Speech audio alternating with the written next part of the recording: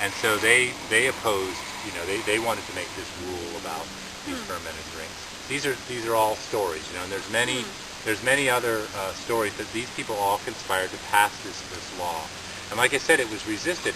And a lot of these plants, the nettles beer, mugwort beer, these are famous beers in history. And they all have a different medicine. They all have a different effect on the body. But they certainly, most of them don't sedate you. And the reason the hops was put there was to sedate people, to have them chill out when they drank it and relax, which has a place, but it's not, it shouldn't be the only one.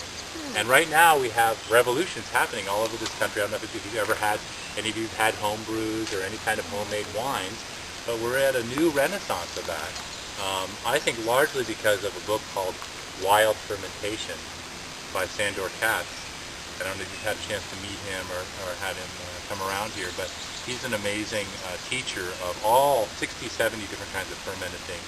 A lot of things we love are fermented. All the sours and the different kinds of flavors and foods come out of fermentation.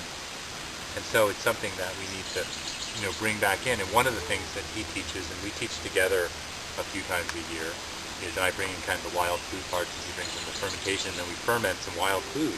They get really wild. And realize that fermentation is essential. Every culture that's been conquered, one of the first things the conqueror does is outlaw the ferment. Because the ferment is the center of the ceremony, it's where the nutrients, fermentation is the only form of preservation that increases the nutrients of food.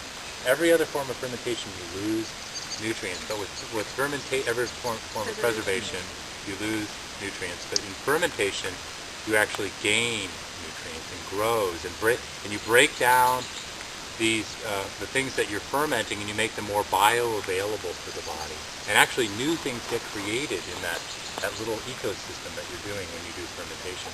So this is about reinvigorating that. We're being conquered from within our society, and we're past, even if you go get your kimchis or your sauerkrauts at the store, if it's sealed up on a shelf, it's probably been pasteurized, it's probably dead. It's about we want to keep these things alive. And your drinks are that way too, your ferments. And we need to have more country wines where you walk into a house and there's a fermented drink going on that you share with everybody who comes in. This is how it happens all over the world.